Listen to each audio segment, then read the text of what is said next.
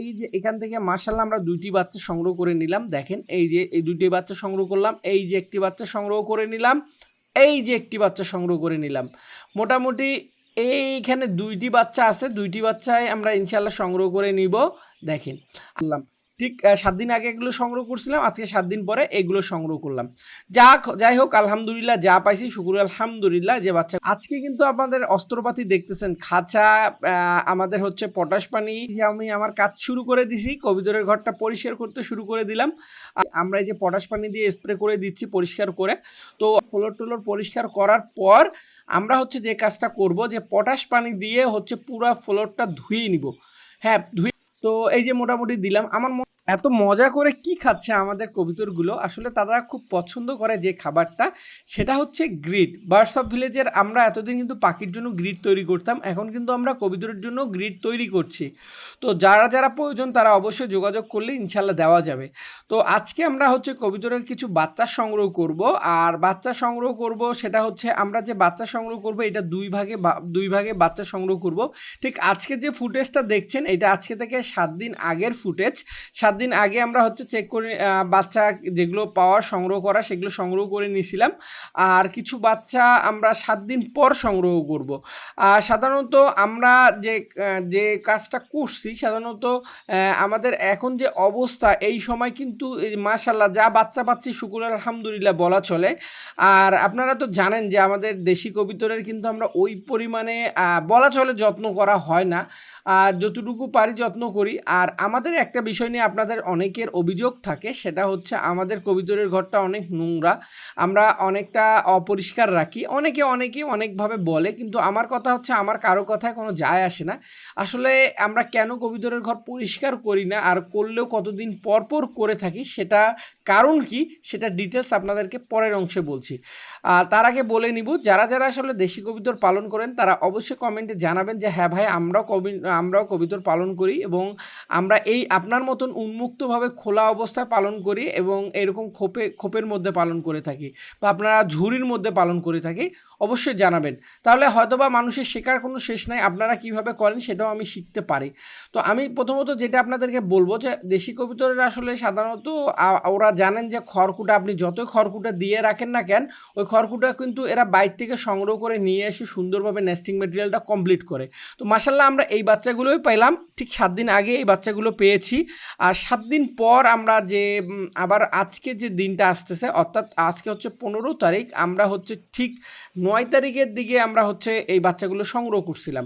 আর আজকে কিন্তু আপনাদের অস্ত্রপাতি দেখতেছেন, খাঁচা আমাদের হচ্ছে পটাশ পানি এবং বেলচা, কোদাল অ্যান্ড ডালি এবং হচ্ছে বস্তা, এত কিছু নিয়ে আসার কারণ কি সেটা আপনাদেরকে এখন বলছি। তার আগে আমরা আবারও দেখি কোথায় কয়টা বাচ্চা সংগ্রহ করতে পারি। আজকে হচ্ছে 15 তারিখে, 15 তারিখে আমরা কয়টা বাচ্চা সংগ্রহ করতে পারি। যেমন এই যে এখান থেকে মাশাআল্লাহ আমরা দুইটি বাচ্চা সংগ্রহ করে নিলাম। দেখেন এই যে এই দুইটি বাচ্চা সংগ্রহ করলাম, এই যে একটি বাচ্চা সংগ্রহ করে নিলাম, এই যে একটি বাচ্চা সংগ্রহ করে নিলাম।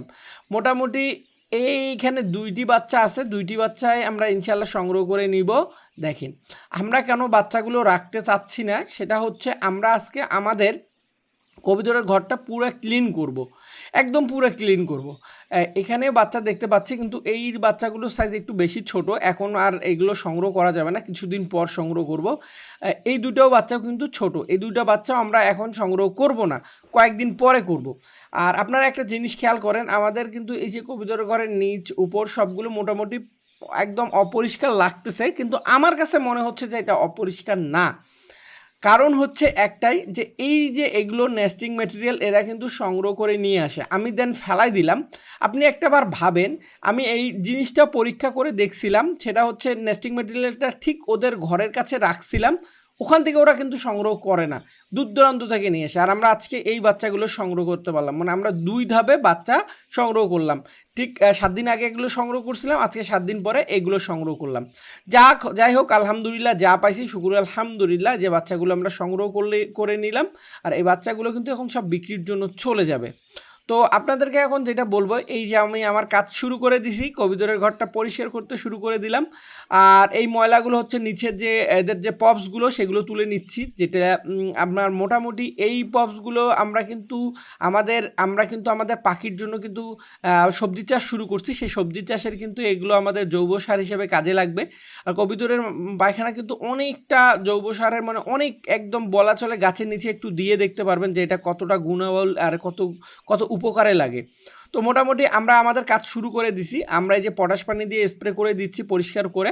তো আপনাদেরকে যেটা বললাম আর কি, আপনারা অনেকে বলেন এই যে ক্লিন অ্যান্ড ক্লিয়ার, এইটা ক্লিন করে দিলাম, এই যে ক্লিন করে দিলাম, এই ক্লিন করার পরে কিন্তু আর দেখেন এই কিছু কিছু ক্লিন করি নেই, কারণ যেগুলো ভাষা তৈরি করা ছিল বা ডিম নিয়ে বসে আছে ওগুলোতে আমরা আর ডিস্টার্ব করিনি। তো আমি যেটা বলতে চাচ্ছিলাম, আপনি একটা ফেলাই দিলেন আর এই খড়কুটা তাকে আবার নতুন করে কুড়ে নিয়ে এসে আবার নতুন করে আবার বাসা তৈরি করতে হবে। সো এটা কিন্তু অনেক কষ্টকর একটা কাজ। আমার কষ্টটা তো বড় কথা না, বড় কথা হচ্ছে ওদের অনেক পরিমাণে কষ্ট হয়ে থাকে। তো আমিও চাই না যে ওরা এরকম পরিমাণে কষ্ট করুক। তো মোটামুটি আমাদের ফ্লোর টোলোর পরিষ্কার করার পর আমরা হচ্ছে যে কাজটা করব, যে পটাশ পানি দিয়ে হচ্ছে পুরো ফ্লোরটা ধুয়ে নিব। হ্যাঁ, ধুয়ে নিব যাতে কোনো রকমের জীবাণু না থাকে, ভাইরাস না থাকে, ব্যাকটেরিয়া না থাকে। এই জন্য আমরা কিন্তু আমাদের এই যে লাল পানি, যেটা পটাশিয়াম পানি, যেটা আমার মনে হয় আমার কাছে হচ্ছে বেস্ট অফ বেস্ট জীবাণুনাশক যে প্রোডাক্টটা হচ্ছে, সেটা হচ্ছে এইটা। তো এই যে মোটামুটি দিলাম। আমার মনে আছে আমার যে সেই ছোট্টবেলায় আমার দেখতাম আমার বাবার খামার ছিল, তখন গরু মুরগি তারপর হচ্ছে হাঁসের খামার ছিল, তখন দেখতাম এই পানিটাকে তখন থেকে ব্যবহার করে আসতো। তখন আমরা তো অনেক ছোট, আসলে এই জিনিসটা এতটা কাজের না থাকলে এত যুগ পর্যন্ত এটা থাকতো না। তো ওই জন্য আমার মনে হয় যে যারা আসলে পালন করেন তারা জানেন যে এই পটাশিয়ামের কাজটা কী বা এর জীবাণু কতটুকু মারতে পারে। তো মোটামুটি আমরা কিন্তু একদম দেখেন পুরা ভিজাই দিচ্ছি। ভিজাই দিতে দিতে আপনাদেরকে একটা কথা বলি, এই যে একদম পুরা ভিজাই দিছি। তো আপনারা এই জন্য এইভাবেই কবুতরের ঘরগুলো পরিষ্কার করে নিতে পারেন। আর আমি বলবো যে কবুতরের ঘর আপনারা অর্থাৎ 3 মাস পর পর যদি পরিষ্কার করেন আমার মনে হয় সবচেয়ে ভালো হবে।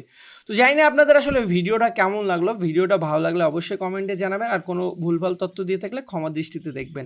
এতক্ষণ আমাদের সঙ্গে থাকার জন্য অসংখ্য ধন্যবাদ। আল্লাহ হাফেজ।